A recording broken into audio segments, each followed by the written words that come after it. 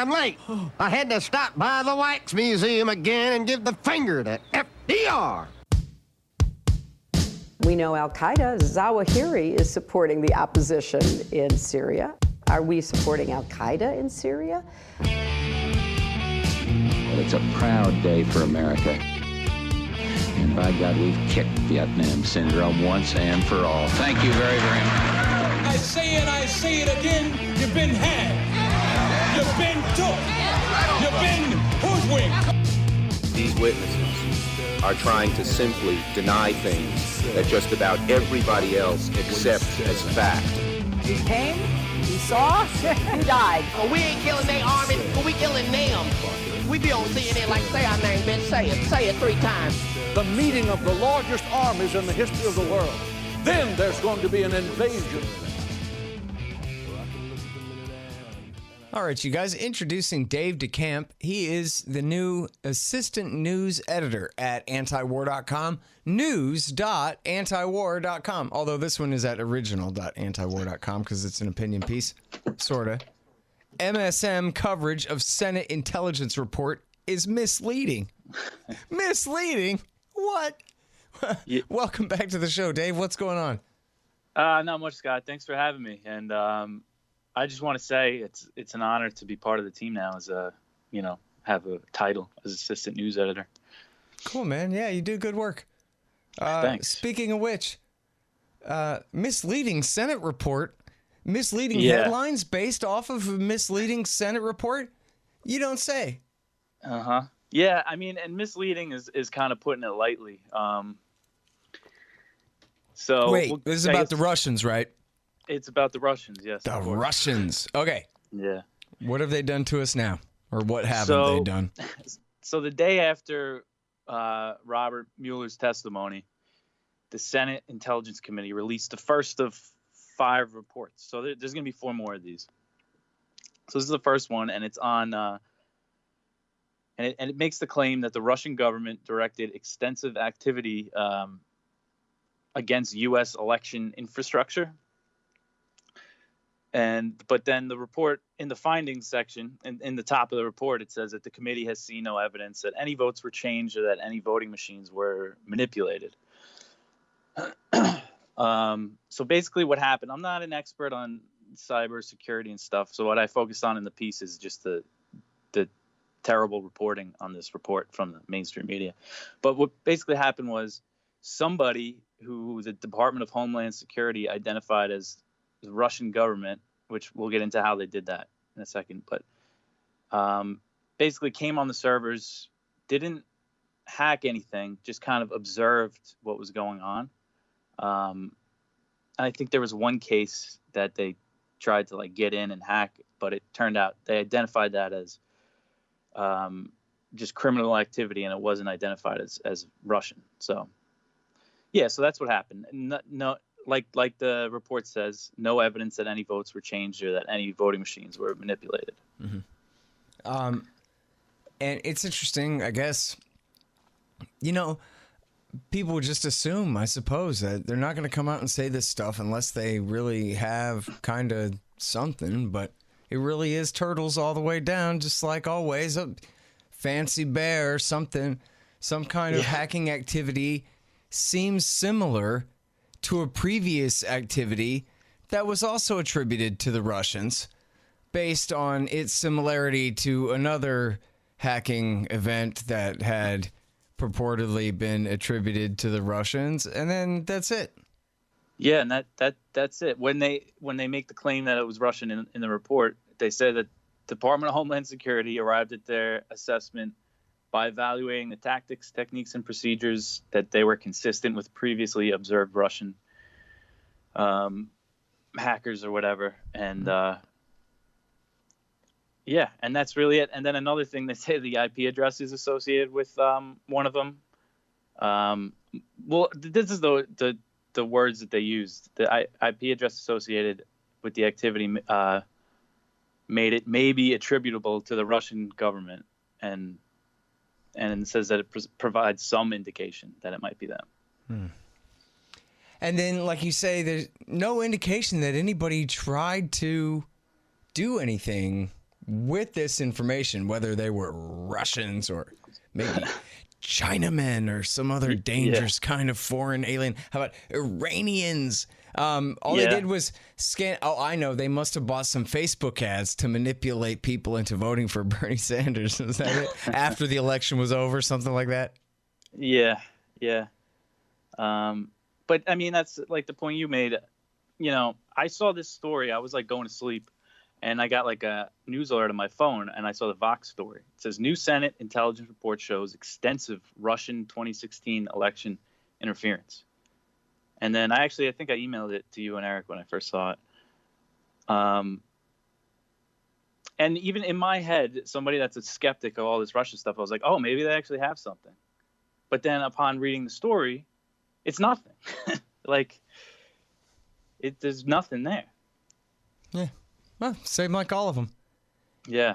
But and never then, forget, when it comes to foreign enemies of the United States, 100 times 0 is 100,000. Yeah. So exactly. They don't have to actually amount to anything themselves. They still get to all add up to a giant plot to destabilize our democracy, Dave. Exactly. They're destabilizing it. So another claim made in the report and repeated by...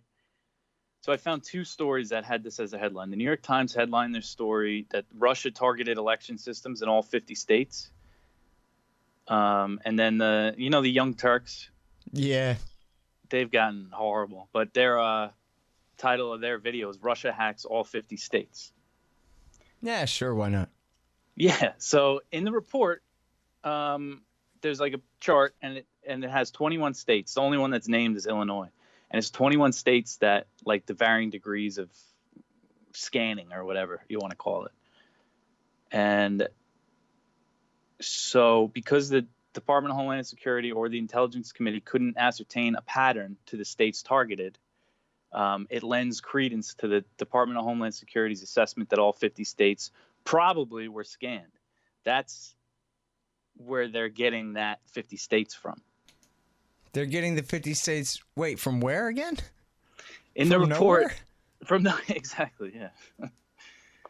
Well, and that's how they headline the story. It's so irresponsible. Go ahead and say that again, though. They have what they think is some evidence of some scanning of some states, and then how do they leap from there to it must have been all of them too? This I'm reading from the report. This is how they determined it. It's something that they assumed, and then neither the Department of Homeland Security nor the committee can ascertain a pattern to the states targeted, lending credence to the DHS's later assessment that all 50 states were probably were scanned. Yeah. Okay. Yeah. And it's kind of like that, this attitude that Mueller, whatever you call him, has, and Jerry Nadler asked him that question, like, is there anything in your report that proves Trump is not guilty of obstruction? And he says, no. And that's like the Democrats' smoking gun. But that's not a prosecutor's job, is not to prove innocence. Yeah. Right? That's so funny. Yeah, the idea, especially when you're talking about government employees, and the president, after all, is the ultimate government employee. He is presumed innocent. In fact, even if he shoots a guy, all he has to do is say waistband, and he can go home. 2 weeks paid vacation, no problem. Lifetime pension, no taxes. So, exactly. Yeah, presumption of innocence. In other words, he has a license to kill anyone he feels like, to get away with any crime. If the president does it, that means it's not illegal, as Richard Nixon instructed us, and proved by getting pardoned and going home. Yep.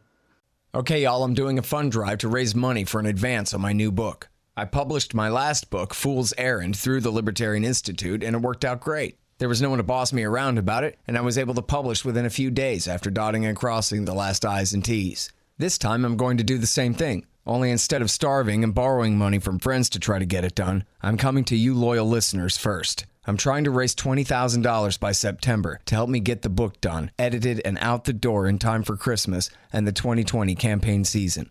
You liked Fool's Errand? Well, this is like that, only for all the terror wars. I want what you want, for us to have a voice in this upcoming presidential election debate. Hey, there's a new book out that says it doesn't have to be this way, finally. Frankly, I need your help to get it done. Simple as that. Check out scotthorton.org/donate for all the details about all the kickbacks, including signed copies of the book when it comes out. That's scotthorton.org/donate. And thanks, y'all. And now, is there a story to the narrative here where do they conclude that they must have used this information that they scanned to, what, hack some credit cards or buy some Facebook ads to target our manipulatable brains? Or what was the scam? Do they say? They say that they don't know. They don't know what the motivation was. That's really it. And then they get into like ways. So based on that, we can ascertain that it was probably all 192 nations in the world that got hacked. Yeah, yeah. Since we can't figure out the pattern of what it was they were doing. Yeah, yeah. So you could really, I mean, with the evidence that they present, I mean, the report is very heavily redacted. Mm-hmm. So unless these journalists got the unredacted report, which I doubt that they didn't say that they did, then maybe we're missing something. But I don't understand, like, would they want to protect the identity of Russian intelligence hackers or something, you know? Like, yeah, who knows? It almost seems like it's that redacted just to, like, leave all these possibilities open, but I don't know. Yeah, they redacted this page intentionally, left blank just to make it look like there was some substance under there, possibly. Yeah. And then the end, like the minority views, like it kind of just shows the attitude in Washington and that a lot of people have now about Russia. It's Senator Ron Wyden from Oregon. I don't know if you know anything about him. This is the first I heard of him. But his problem with the report is that part of the like conclusion, the Homeland Security conclusion was that the federal government should respect privacy of the state's elections and not get like too involved. So Wyden found that unacceptable. This is the way he put it. He said, "We would not ask a local sheriff to go to war against the missiles, planes, and tanks of the Russian army. We shouldn't ask a county election IT employee to fight a war against the full capabilities and vast resources of Russia's cyber army." So to him, this is we were attacked by our democracy, and our country was attacked by Russia in 2016. Yeah. Well, I don't know if you saw it during the Mueller testimony the other day where that one representative said, this was a Russian invasion of America. Not just an attack, but an invasion of our country. Yeah. And right in the middle of Mueller falling flat on his face in front of this whole thing. The last sad trombone of the entire ridiculous fake scandal here. And at the same time, nope, it's an invasion. And this comes out the next day and says, yeah, well, you know what? Forget Mueller and his poor performance. Apparently, there really was a concerted Russian effort to destroy us here. Yeah. Anyway, and then, so you mentioned the Young Turks, but I guess this was the big headline on ABC, NBC, CBS, and whatever too, huh? Yeah, I had the NBC headline. The NBC headline was Senate Intelligence Report finds extensive Russian election interference. That was like the most headlines was like that. And then I just noticed the New York Times and the Young Turks put the 50 states in their title. And a lot of the headlines, like in the subheading, it said something about the 50 states. Because that's a scary thing to say, you know? Yeah, well, it just goes to show how extensive the Russian hacking must have been if they bothered messing with Montana and Wisconsin. Yeah. Well, I guess Wisconsin's a big important one. I meant to pick a couple of unimportant ones. Sorry. No offense, Wyoming. You don't have very many electoral votes, that's all.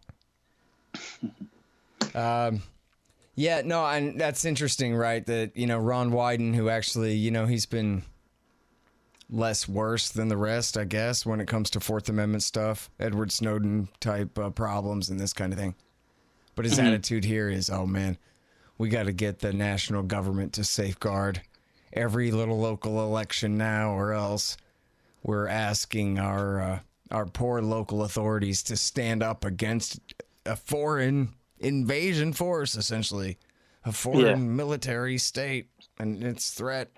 And so I wonder what all changes that portends when it comes to the central government taking more control over local elections and how they're done. Yeah, I'm not sure what that would involve. Just one big Diebold contract, and well, maybe more it'll be hackable like, elections for everybody, probably. they'll make like a TSA for the voting, for the polls. We have to get pat down and take your shoes off to go cast your vote. You'll pay an extra $85 to go through the pre-check line. Yeah. Anyway, and then the point I make at the end is just how dangerous this is. Like that, how they're gonna keep using this Russia stuff, and like any politician that the establishment doesn't like, they're gonna be able to delegitimize them by just saying that they're like, I used the example of Tulsi Gabbard. NBC ran a story right after she announced,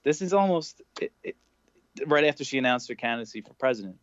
And I think it was titled like, the Russian propaganda machine that tried to influence the 2016 election is now promoting Tulsi Gabbard. And the way that they came to this conclusion was that she was getting a lot of coverage on RT and like Sputnik.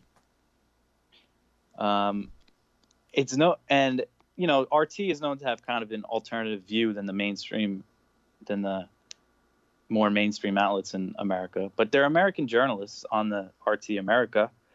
And there's, RT stands for Russia Today. It's not a secret that it's a Russian funded network. It's not like it's some conspiracy that they're running, that they're covering Tulsi Gabbard.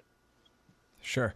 And the fact that, they have an agenda that's against what the American government is doing in the world doesn't delegitimize that position when held by any American or anyone else in the world, for that matter. Yeah. Some poor Iraqi screaming, "Please stop bombing me." Now it's treason, Dave, for you to oppose bombing him because now you're taking his side. How do you like that? Yeah, that's exactly how they're setting this all up. Completely nuts. And very persuasive, by the way, if, the Twitter retweets are any judge of it. The transitive property of, hey, she went to Syria and Assad knows Putin, and so therefore she's a Putin bot or whatever kind of thing. That's easy to convince people of. They love it. You know? Yeah. No, that like Assad apologist, that phrase is really like caught on. Yeah. People don't even know what they're saying when they say that. Well, just think of how much more boring the election would be if the Russians didn't have a secret agent running to try to take over the Democratic Party. Yeah, it's true. It's just like right-wingers getting their thrill off of the threat of Barack Obama's Kenyan terrorist usurpation of John McCain's throne back in 2008, Yeah, exactly. And that, I think it was last week after this report came out, the Washington Post had a story that Mitch McConnell is a Russian asset because he was like blocking some legislation to prevent. I don't know, but and Mitch McConnell's a really bad person in a lot of ways. But I wonder, at some point, are people not going to notice that this is stupid? Yeah. Like, what are we even talking about anymore? Yeah. Did you hear that? There's a Russian guy with a lot of capital who wants to invest some in Kentucky. Therefore, Rand Paul and Mitch McConnell both are now the bought and paid for agents of the Russian state. Everyone knows that. It's as simple as that.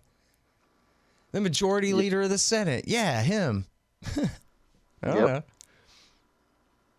Yeah, that's all I have to do now is find some connection with Russia, and it scares people. And I mean, even like reasonable people that I know that I work with, you hear about that. There's like that Face app thing that made people look older or something. Mm-hmm. And apparently it's a Russian company.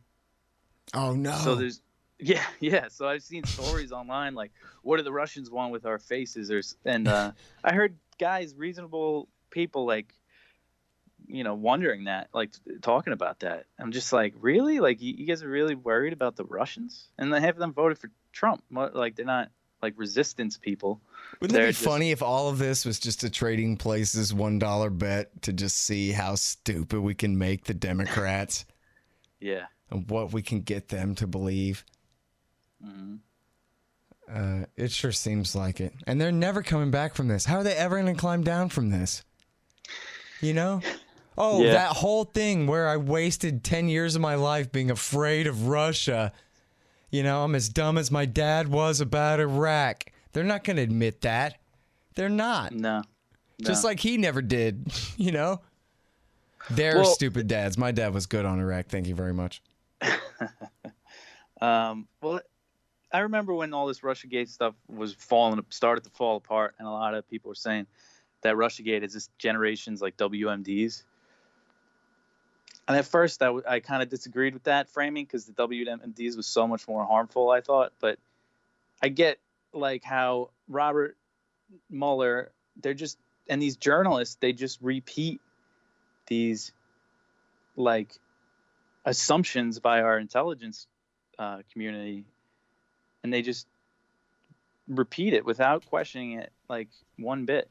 Yep. And that's really, really dangerous, especially now when you could paint somebody that's anti-war, and not that there's any like fully anti-war candidates out there right now, but somebody like Tulsi who's against certain regime change wars, and just scream Putin puppet and Assad apologist at it. Yeah. So it is really dangerous, and it's just so irresponsible. And people should be shamed out of their jobs. Seriously, I mean, it is. It's embarrassing, too, that people are falling for this where, I don't know, I guess the spirit of the 70s era New Left that was anti-establishment and anti-CIA and anti-centralized authority is just, completely dead as can be. And all that's left is just a nation of Hillary Clintons. It's sickening, man. Jeez. That's a scary thought, yeah. It is. It's just, hey, our CIA is trying to protect us from our president. Yeah. I guess that must be right then. That's what TV says. And then they can convince hundreds of millions of people to go along with that. Like you're saying, they're afraid of their little Facebook app or their iPhone app, Yeah. It's another world. It is. It's just like, that time that Osama bin Laden sent his Kenyan secret agent Obama to take over the Democratic Party and usurp the presidency, which hundreds of millions of Americans, or I don't know, tens at least, believed in that. Mm-hmm. That was actually how Donald Trump really got his foot in the door with the Republican base. He was one of the primary proponents of that back years ago. So in fact, if anybody deserves this, it's him. But it just sucks that it's at the expense of all of us and at the expense of America's relationship with Russia. Yeah, it's a real shame. Because, like, you think what's more influential is, I mean, I know I'm preaching to the choir here, but what's more influential, like some Facebook ads or every respected, I mean, maybe not so much respected anymore, but like media outlet, mainstream media outlet, just repeating these baseless claims from the, Homeland Security and FBI. And the entire Democratic Party, too. Yeah. And for everybody gets it right on these notifications, right on their phone. They see the headline. You can't blame people. Like, I mean, you really can't blame somebody that just goes about their life. They're working and they just look at their phone for news. You can't really blame them for buying all this because it's just shoved down their throats. Yep. Well, and then at the same time, though, at some point, there will be the backlash where people say, man, I guess I just really can't trust these people at all. I don't know who to believe. I knew Fox was lying to me. I guess the rest of them are now, too. I don't know. Yeah. Well, I mean... Which is true, right? But then that's their claim is that, oh, boo-hoo, this is undermining democracy. But they're the ones undermining it all by completely undermining the American people's faith in the system, such as it is. Exactly. So that's the silver lining in it to a degree, although it's the hard way around, that's for sure. Yeah. You know? But I mean, that's one thing that Trump was good for was the, well, I guess it's really just his base that it worked on, but all, the fake news, and he coined that phrase, right? You know what? I'm not sure exactly who coined it first. Yeah. And the failing New York Times, I like that one. Yeah. No, when fake news was first coined, it really did apply to like the EU Times and the National Report and a couple of these that were just pretend. It was like, they essentially, the joke was, it wasn't so much like The Onion. It was more like Ate the Onion. Like the joke was if they can get you to repeat it, if they can get you to believe that it was a real news story. But they were all hoaxes. Like every story was a hoax, and it was just kind of a joke. Mm-hmm. Usually not that funny, but that was the joke. But then, it got, I think it was used by, the centrists against, free media first. Maybe not even really fake hoax media, but just alternative media. And then where they were trying to conflate, the EU Times type, hoax stories with just stuff that was coming from outside of what they deemed acceptable. And so then it was really the power. Adam Johnson at Fairness and Accuracy in Reporting has really written about this, how they started using it so overbroadly and irresponsibly that then they were just handing that cudgel right to Trump to use right against them. You think you can go ahead and use that term to delegitimize anybody. Wait till the President of the United States is using against the New York Times and the Washington Post and just saying you can't believe a thing that they say, which is, of course, accurate because they're liars. And in fact, especially in this era, they have just been nothing but mouthpieces for the CIA and the FBI, who, on the case of Russiagate, were lying the entire time about everything, pretending that there was anything here at all. And so, yeah, he's right when he says that the press is the enemy of the American people. He's wrong when he thinks it's the enemy of the state. It's the handmaiden of the state. It's just he's the enemy of the state. That's the problem. He's Saddam this time around. He doesn't get that yet, but no question that, I don't know who's going to do the Bernstein report on Mockingbird this time around, but just look at the CIA influence in the Washington Post over the last 3 years alone. It's almost its own open and shut case for all the Russiagate leaks in there and all the false ones. Yeah. But anyways, yeah. So destabilizing. Hillary Clinton said during the campaign when Trump said, the election's rigged, they're going to try to rip it off and steal it from me. And she says, that's so dangerous to say. You never question the integrity of an American election and throw that into doubt and question the democracy and the democratic thing. And then the moment she loses, and this has, been reported by very mainstream journalists in the book Shattered. Hilbrun and, no, not Jacob Hilbrun. It's something like that. Anyway, I forgot the guy's name. But Matt Taibbi's written about this and Aaron Mate has written about this. Where the day after the election, Hillary Clinton's campaign staff all had a big meeting, and they were decided, one, that they were going to claim unfair, and they were going to try to continue to fight. And even though Obama had made her call Trump to concede, that they were not really going to give it up, and that the number one, focus of their narrative was decided by them in committee, not based on facts, but based on what's the best thing to try to do for Hillary here, was based, and then they came up with centering the entire argument on the Russians stole it. And that was what it was all about. And, they worked with Trump on it and whatever. And then they just pushed it. And it sounds so crazy. I like talking about this stuff. I don't care.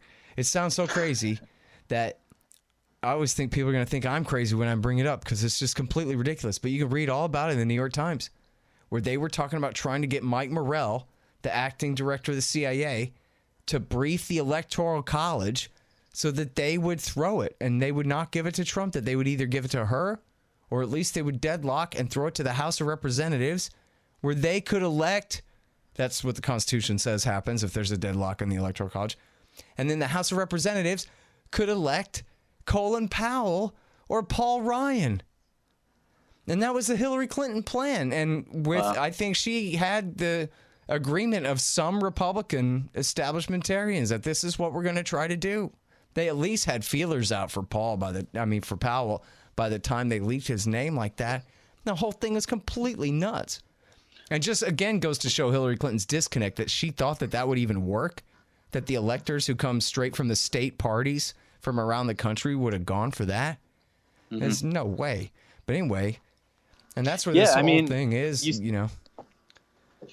Yeah, you saying that, you sound like a conspiracy theorist, but like you said, it's, you know.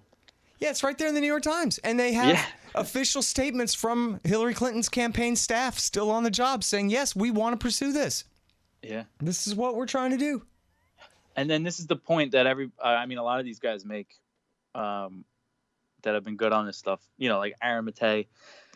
This is all just going to hand Trump the 2020 election. Like, he doesn't have for the past 3 years now, they've been just trying to find a way to impeach him. And now there's no real opposition to him in the Democratic Party that people want to rally behind. Yep. I think that's right. Yeah. I don't know who they've got that can stop him. And because of this, and think of how weak that he is, but they could have spent this whole time attacking him for the war in, say, Yemen. That's the most illegal one and probably the most immoral one going on right now. They could be attacking him for all of the things, and instead they attack him essentially for being an enemy of the central government. Which, I'm not saying I buy that, but wow, what a great campaign slogan. Re-elect Trump. He's an enemy of the central state and wants to get rid of him. Yeah, it's kind of perfect for his whole campaign, for everybody saying he was fighting the deep state and stuff, and now they could use this as proof of that, you know, even though he's... Hey, it's really true. I mean, they're fighting him, not that he's really fighting them, but... Yeah.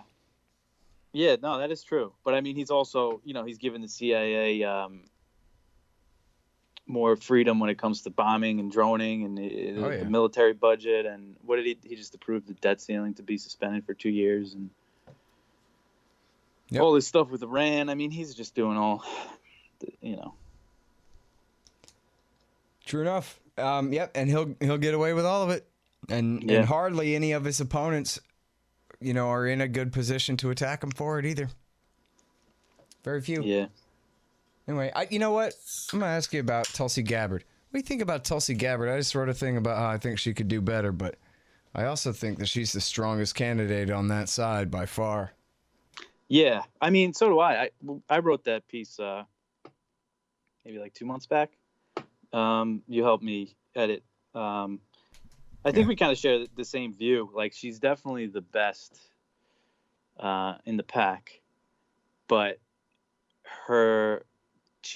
she doubles down. So she had that saying. She said, when it comes to regime change wars, I'm a dove. When it comes to the war on terror, I'm a hawk. And she doubles down on that anytime she's asked about it. When I saw her at like the town hall in New York City, somebody asked her about that.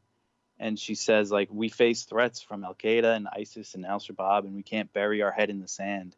And then she kind of just went on to talk about the work that she's done to oppose the war in Yemen. And she actually said, which I know you'll disagree with, she said the war in Yemen has nothing to do with the war on terror.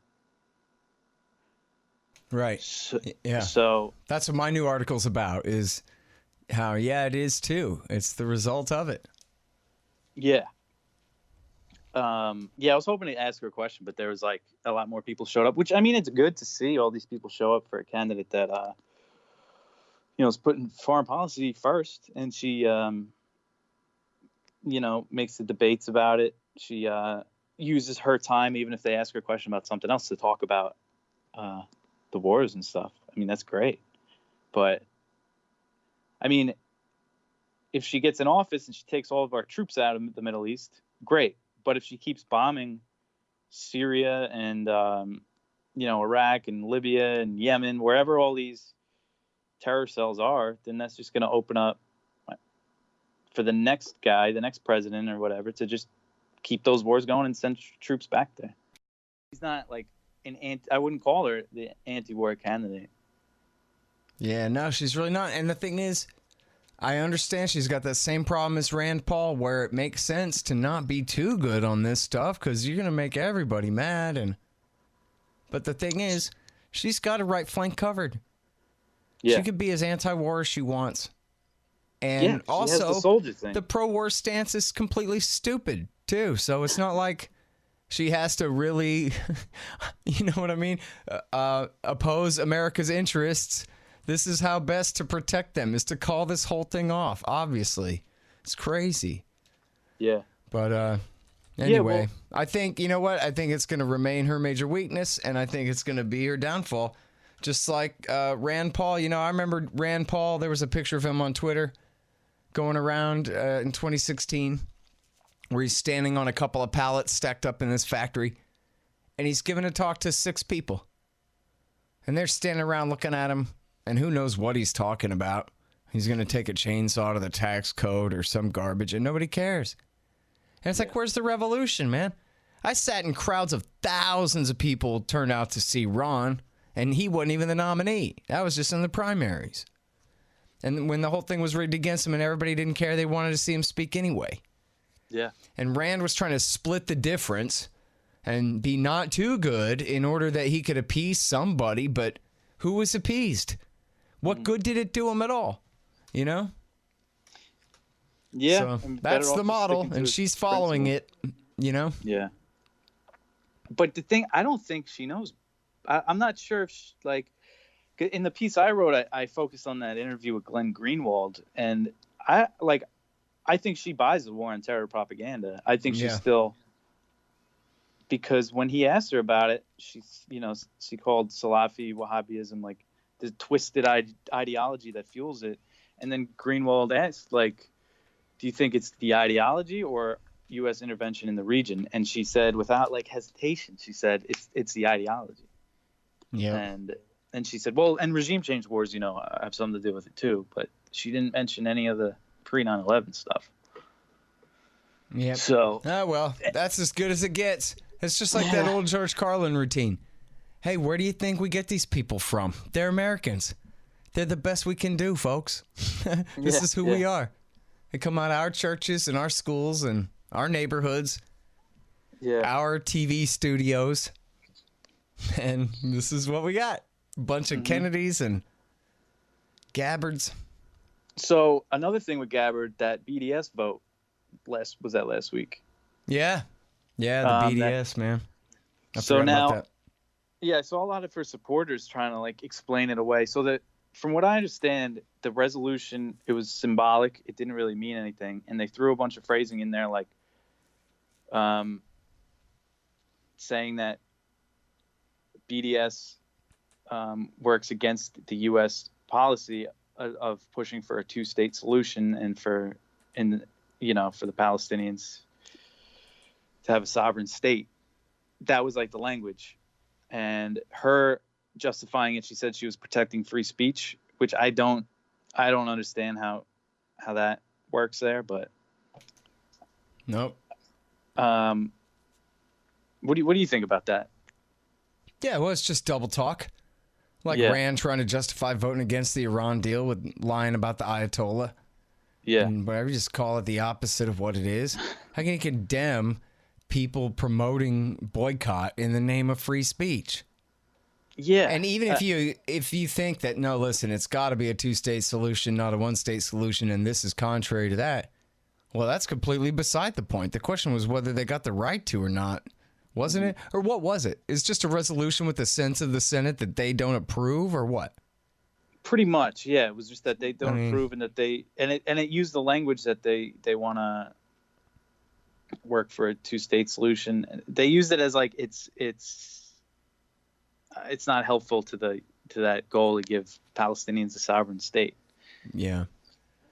And it was, this is right before the election in September. Netanyahu's looking for re-election and stuff like this. And it shows that he has the Senate and Congress in his pocket. He was celebrating the vote.